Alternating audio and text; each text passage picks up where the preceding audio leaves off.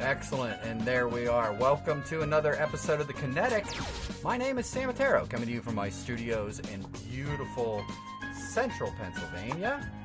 And let me pull this music down for us so we can have a little discussion here. As you know, the Kinetic is an online talk show, ministry of sorts. This is something that I do as a digital media specialist, put my talents to bear to help share stories of inspiration and motivation and education with people and talk about the issues that surround addiction from a biblical perspective, from a Christian perspective. So we've had people on this show, a wide variety of folks, from preachers, pastors, ministers who are teaching us the word and giving us the tools that we need to be able to deal with addiction issues in our lives. We have seen folks come in here who are previous addicts that are gone through the fire, have gone through the fire, and that are on their way to healing and or healed, and have come to Christ in the process, or renewed their faith in the process, or seen God transform their lives. It's been really quite a journey, this Kinetic talk show, and I want to thank everybody for tuning in yet again and for supporting this effort. I'm going to take a moment and ask you, please share. This is a very special show to me, and a little bit of a departure from our normal content. Very special guest joining me live from Hollywood, California, Mr. Spencer Folmar, who I've come to know over this past year. Wonderful young man, and I'm kind of taking a little different angle with the show.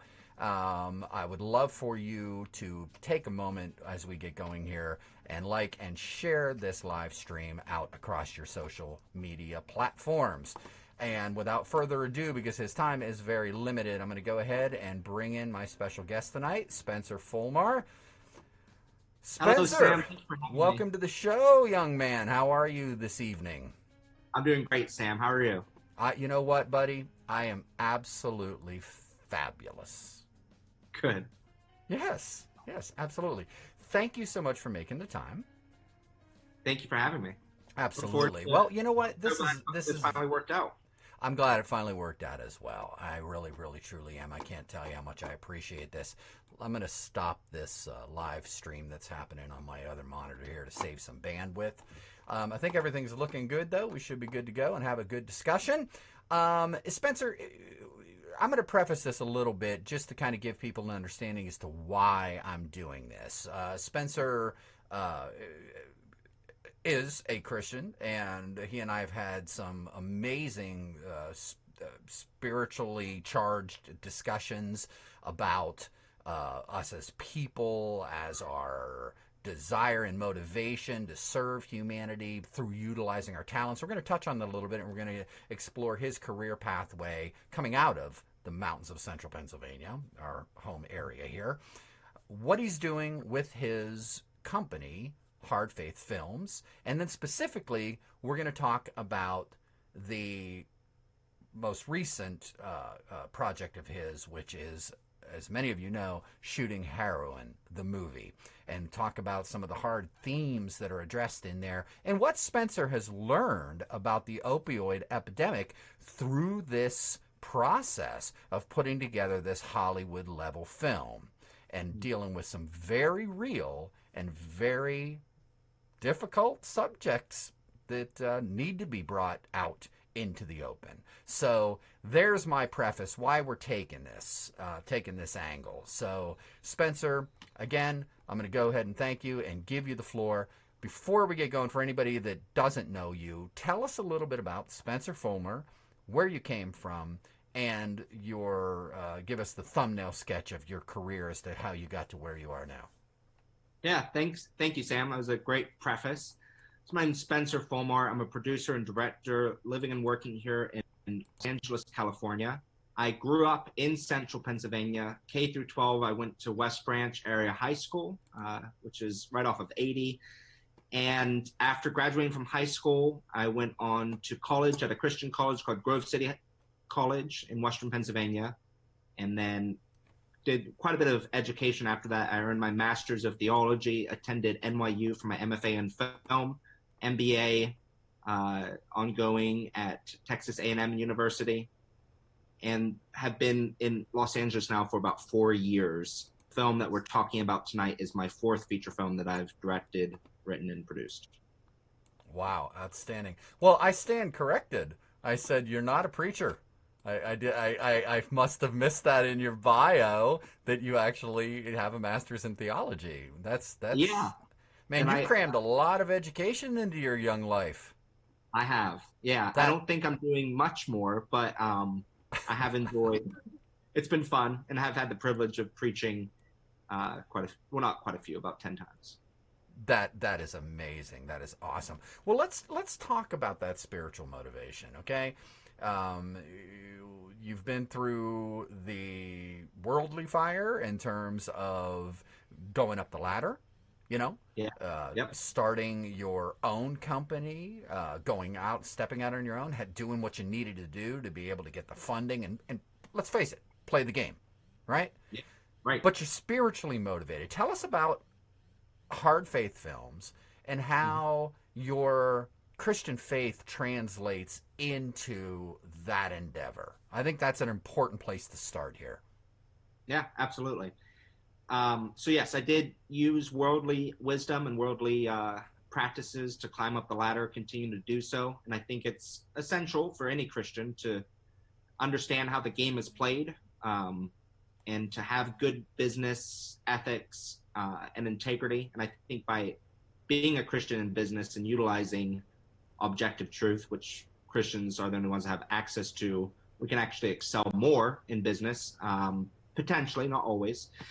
But my faith comes involved with just kind of my motivation for telling this kind of stories I do. And I went to seminary not to become a preacher, as I'm not a preacher now, but I went to seminary so that I could speak accurately and lead people towards the true God of the Bible and not lead them astray, which the Bible has pretty harsh condemnations against people who lead people further from Christ than towards Christ. So I went to seminary feeling the weight of responsibility to tell accurate stories about God, represent God the way he means to be represented, and then to deal with the world as it actually is, which often deals with real sin, which is a serious issue and shouldn't be taken lightly, and give hope in what are often seen as desperate situations.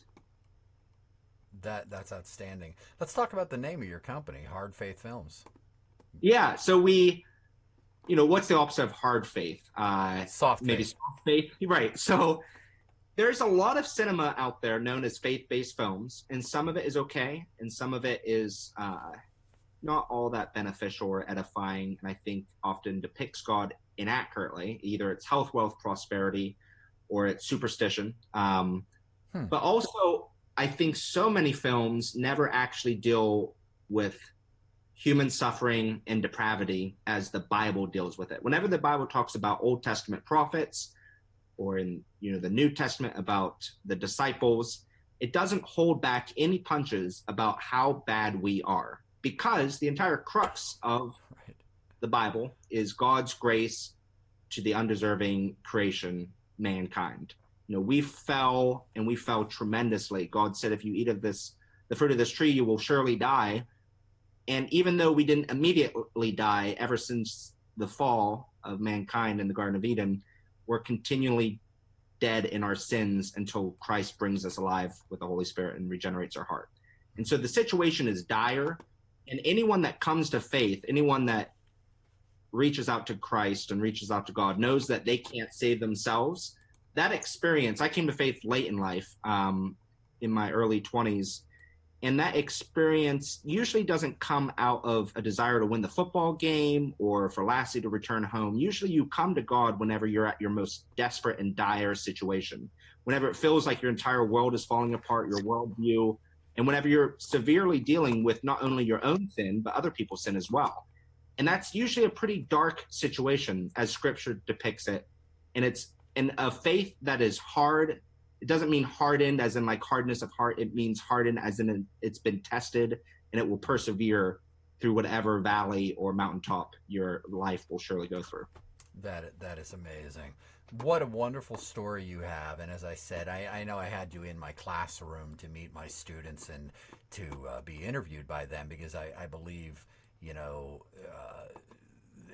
this is a success story and this is a testament to how God can work in one's life and how these biblical principles, if applied correctly, wisely, uh, and let's face it, consistently, we see the fruit of those labors. And you know, God wants us to prosper. We were promised a life of abundance, Hmm. overflowing. You know. So Right. I love the themes that you just touched on. Let's talk about themes. Let's talk about. Tell us a little bit about some of your previous productions. Briefly, people can go and look you up online and see your stuff. Tell us about some of the themes that you've tackled through your Hard Faith Films company, and then we want to get right into shooting heroin. Absolutely. So my second film, the first film was more experimental, it was just to see if I could make a feature. The second film was called Guilt and Sentence. It was an homage to Fyodor Dostoevsky's Crime and Punishment. And so, just in the title, Guilt, it was about someone who was overcome by guilt and that he couldn't escape his own feelings. Even if he could escape the law, he still had to deal with himself, and the guilt would be so overwhelming that it was a worse prison sentence than anything that the institution of government could put on him. So that's my second film. My third film that came out in October of 2017 in a 30-city theatrical release, uh, which was made with it here in Hollywood, filmed in Pennsylvania, produced here in Hollywood. It was called Generational Sins. It was about two brothers who return home to reconcile with their alcoholic and abusive father. It's a very hard PG-13 movie, and the film that I'm currently in post production on is our film of the night, Shooting Heroin, and it's definitely an R-rated movie. I'm curious about that. You're a Christian-based company, Christian-based company, Christian fellow, theological Mm-hmm. background. Yeah. Dealing with difficult issues is one thing, and I think I'm curious. You had to have heard this. How would you deal, and how have you probably dealt with criticism that you're making R-rated content?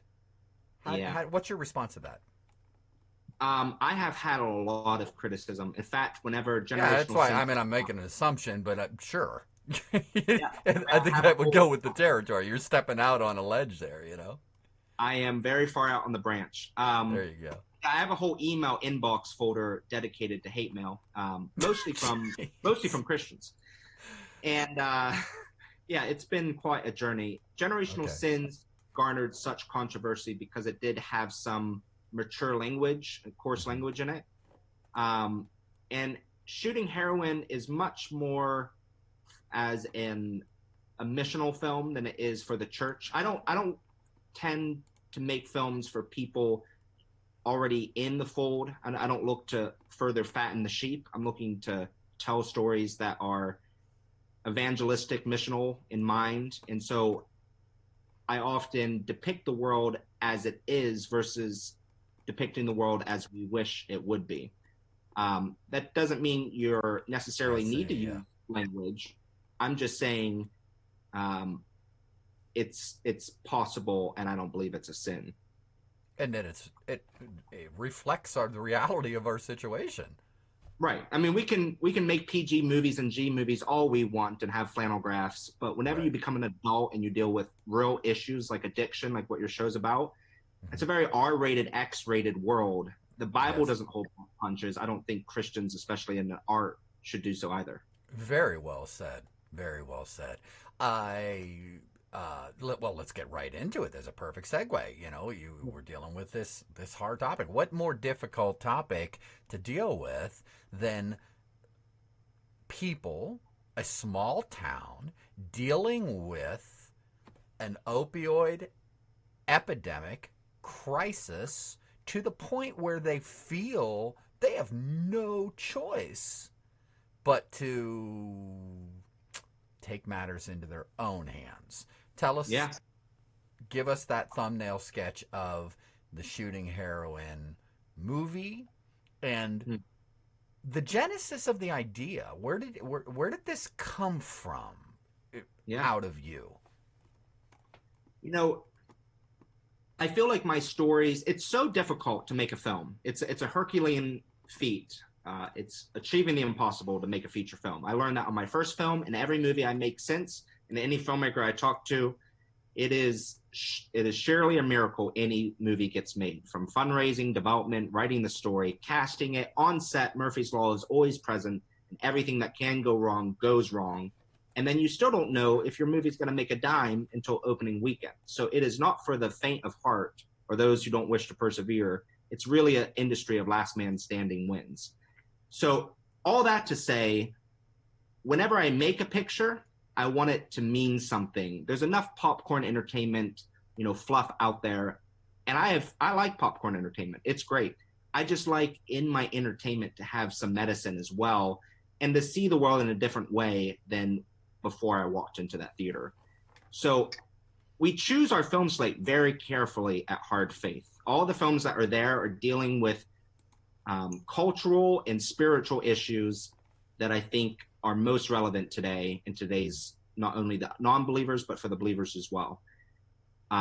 Addiction is a big issue. My last film dealt with alcoholism and abuse, especially of children. That's a big issue. This film is also dealing with a big issue, and it's dealing with an epidemic that is so current today. Some could compare it to the Black Plague, the way it is ravaging, especially the homeland and the heartland of America. I grew up in central Pennsylvania. We are familiar with it, those who live there, and it affects small town areas differently than it does in cities. Drug use and drug paraphernalia has been depicted almost in kind of a cool way in past films and in culture. Drug culture is a big thing and often depicted in cities. But whenever the drug culture, and especially this epidemic, hits real life and it hits real people and is in the high schools of rural farmlands, it's not cool and it's devastating. And I grew up in Pennsylvania, have been living outside of Pennsylvania now for about a decade, a little bit more. And whenever I returned home a couple Christmases ago, I got reconnected with some high school friends I hadn't seen in many years, almost since graduating. And I saw just how bad this epidemic had ravaged my hometown. And I felt a necessity to tell some kind of story to give hope to those who are so devastated. My goodness. So give us the explanation of the movie, the plot of the movie. Yeah, so it's called Shooting Heroin, double meaning. It's very on the nose. There's no confusion about what this movie's about. It's about a small town community that comes together to fight back against the spread of drugs by whatever means necessary. And this is inspired by real people and real events. It does get Hollywood. And it's a lot of homages to people. It's not specific people, but things that you could read in the newspaper on any given week in central Pennsylvania. And it goes from what has happened to what could happen. And it's not sci-fi. I mean, it gets crazy. Sam, you were on set. You saw some of the craziness that is going to be included in the movie, as far as marches of hundreds of people and burning down houses and hunting down dealers. And that is what, understandably, a lot of people's response would be whenever your loved one dies from being dealt a drug. Yeah, we certainly don't want to be giving a spoiler here, so folks are going to want to tune in and see this on their own. Production-wise, where are you at with this? I've been watching your stuff on Facebook here. You should be pretty close to release, yes? Well, making a film takes a long time. I make films quicker than anyone in the industry. I wrote the screenplay 13 months ago, and now we are in the final stages of editing right before finishing post-production. So we filmed the movie in October, the month of October. I wrote it in April of last year, of 2018. From April until October, I was casting, fundraising, finishing the script, and developing, hiring the crew, location scouting. We're on set, we film in October, and then from November until about 2 weeks ago, beginning of May, I was editing to create a narrative cut that I could show to other people. I've been looking at the over 100 hours of footage that we captured. Sometimes in some movies in editing, it's pretty straightforward where the last take is the best take and everyone's happy and you have a script supervisor and they mark that take as the take you should use in the picture. In this film, it's a large ensemble cast and there's a lot of particular editing, especially with an action movie where there's a lot of high intensity scenes. It takes a lot of careful editing. Most of my films prior had been dramas with some action. This movie has a lot of action, almost a revenge drama action film. And it's taken a lot of editing time. And about 2 weeks ago, I had a cut that I'm now showing to test audiences, mostly here in Los Angeles, people that aren't familiar with the film whatsoever, to be sure that it makes sense to a new audience. And then showing it to distributors to decide who I'm going to sell the film to, and then showing it to marketers to see how we talk about the movie in the press. That's the process I'm in right now. While I show it to people, I also get feedback. I have a notebook dedicated to notes on, turning up this sound, cutting this scene by a couple frames, moving this scene here, or cutting the scenes together. There's a lot of things that you can do, and it's infinite. At some point, you just have to say, it's good. And usually the way I do that for anything in life is I set a deadline. So June 10th is my deadline when I'm no longer going to change the story arc or any of the scenes or change any of the frames of the movie. And I deliver the film to finishing sound, which is at Warner Brothers, and finishing picture, which is at Universal. And then I have my color corrector and Oscar-winning sound mixer and my composer all do the finishing touches, things that I cannot do to the quality and expertise that they can do, so it looks, sounds, and feels like a real movie, just like any movie you see in the Cineplex. Right, absolutely. Well, Spencer, I know you're very busy, man. I want to thank you for taking the time to come onto the show. I think it's very important from the standpoint of that we're both, Central Pennsylvania kids, grew up in Central Pennsylvania, cut our teeth here, and launched careers here. And there's something to be said for local success stories. I believe it's important that we lift these success stories up. I want you, before we go, I want you to put your preacher hat on a little bit here. You've talked a lot about where you come from with your faith. You talked a lot about your background, the reasons why you've blended your faith with your professional walk. You know what this show's about. I do. And you've seen it firsthand. You've talked to the people. You've done your research. You've made a cinematic representation of what is happening right here, right now, in the area that you grew up. That's powerful. And I would like for you to be able to take a moment before we go and look into the camera and tell people about Christ. Tell people about what God has done and can do in their lives. If they're out there struggling with addictions themselves, if they have a family member that's struggling, put that preacher hand and give it to us a few minutes. I don't mean to put you on the spot, but I think you got something to say. Yeah, and that's a really important question. And I love shows like this where we can be open and honest about our faith, and people are yearning for this truth. Great. Whenever I was doing my research and development on the film, every time I talk to someone who has wrestled with this topic, I just keep sinking down deeper and deeper into this epidemic and trying to understand it more in a big picture. And whenever I spoke to rehab centers and to addicts and to loved ones of addicts who had family members who had suffered, to government elected officials, police officers, first responders, everyone, especially in our neck of the woods, said that the root cause of this epidemic ravaging small town America the number one word I heard repeated a time and time again is despair.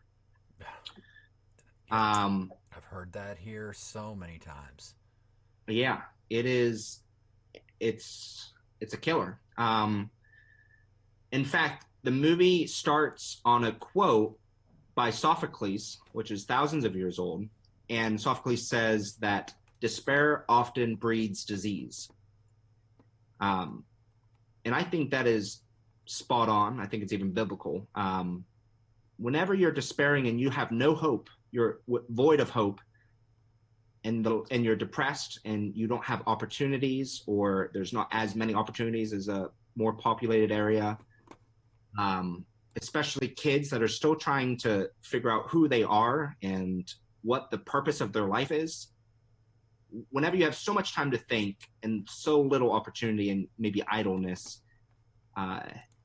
it makes sense why so many people feel an overwhelming sense of despair. I mean, I've been living in cities and all over the country and all over the world since I left Pennsylvania, and I still suffer from despair. It's a human condition since we left and rebelled against God. And despair does breed disease. There is real addiction, genetic addiction. There is people who are predisposed to suffer in this particular way.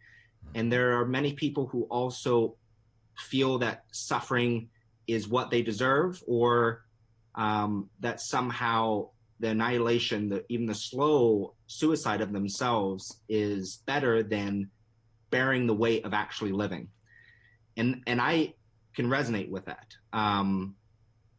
My hope for this movie is to give hope, to give truth to people who most desperately need it. That's why Hard Faith exists, is that we're trying to reach people who are at their wits' end, who feel like they can't turn anywhere else, and they've turned everywhere that they can, and they are on their last straw, the last breath, that they are exhausted and beaten down by this world, and they feel like there's no purpose or reason for them to continue. And those people who are so far and deep in the valley and haven't seen or tasted light, whenever you bring a little bit of truth to them and you light a candle anywhere near them, I think it can really make a dramatic difference. And the supernatural power of God, and what's amazing about grace and about God, is that the most desperate, severe situations, the most depraved or the most hopeless, things that everyone would say with common sense would say is a hopeless situation, there's no way in hell this person can turn around. Right. God intervenes and gives them grace and supernaturally changes them and gives them the greatest gift of grace and of hope. And that taste of water when you've been in the desert your whole life dramatically changes people. And so our film aspires to light a candle in the darkness and to also encourage people from all backgrounds and beliefs that you can make a difference by being there for your neighbor and by doing something versus just being apathetic and watching something. Despair is just, it's apathy and it's laziness, idleness, often for other people and also for yourself. It's whenever you feel succumb and you're underneath a wet mattress. But the opposite of despair is not only hope, but it's also action, and love without works is dead. Faith without works is dead. And so there is an action element that we all have a responsibility to, especially us believers who have the ultimate truth. And that's the call of this film and the call of Hard Faith. I love that. That's a great ending, and I want to remind people, you know what? This is what we're talking about right here on this show. The whole what you just said, Spencer, is what this is all about. My vision for the kinetic, the idea of kinetic motion, potential energy turned into motion. Do something. Take your faith and put it in motion. It's not enough to say the words. It's not enough to do the good deeds.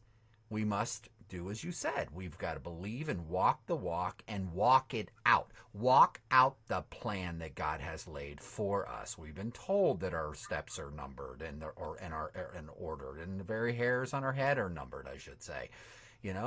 And Yeah. it's our job to walk it out.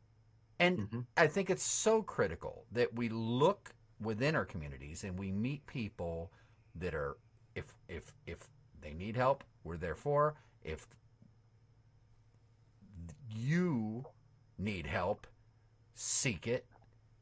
The resources are there, and we live in a wonderful, wonderful, great big wide world full of beautiful people doing amazing things, that if you're out there struggling, there's no need to struggle.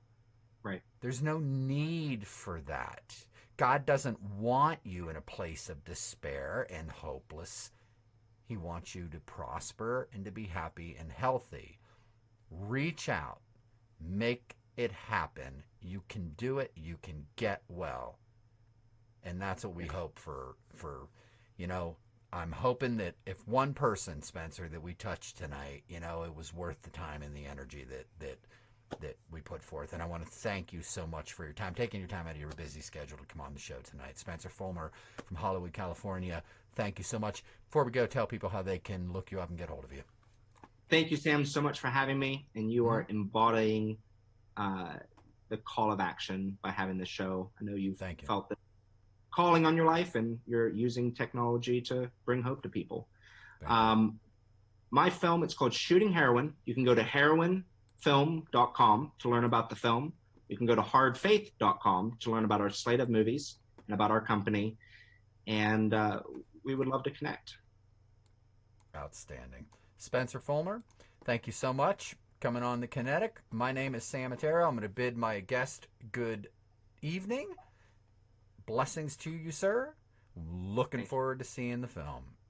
Thank you so much. Absolutely. Spencer Folmar, thank you so much for joining us tonight. Okay, that is another episode of the Kinetic, and I'm going to go ahead and wrap this up with a quick program note. I am looking for my slate. Here it is. Pastor Willie Maldonado coming on the show. Willie Maldonado World Ministries. Willie is a very good friend of mine and a pastor from Chicago. And what happened to my music? There we go. Pastor from Chicago, Illinois.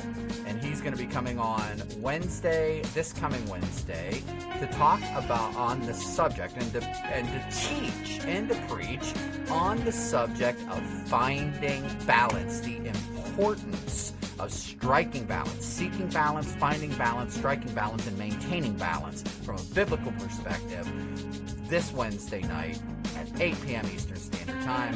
Pastor Willie Maldonado, World Ministries.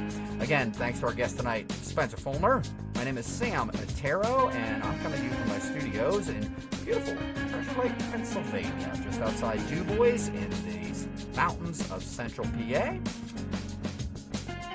Be good, people. Be good to one another, people. Love each other. And remember, God loves you. We'll see you next time on The Kinetic. Next Wednesday, 8 p.m. Eastern Standard Time. Thanks so much for tuning in. God bless you all.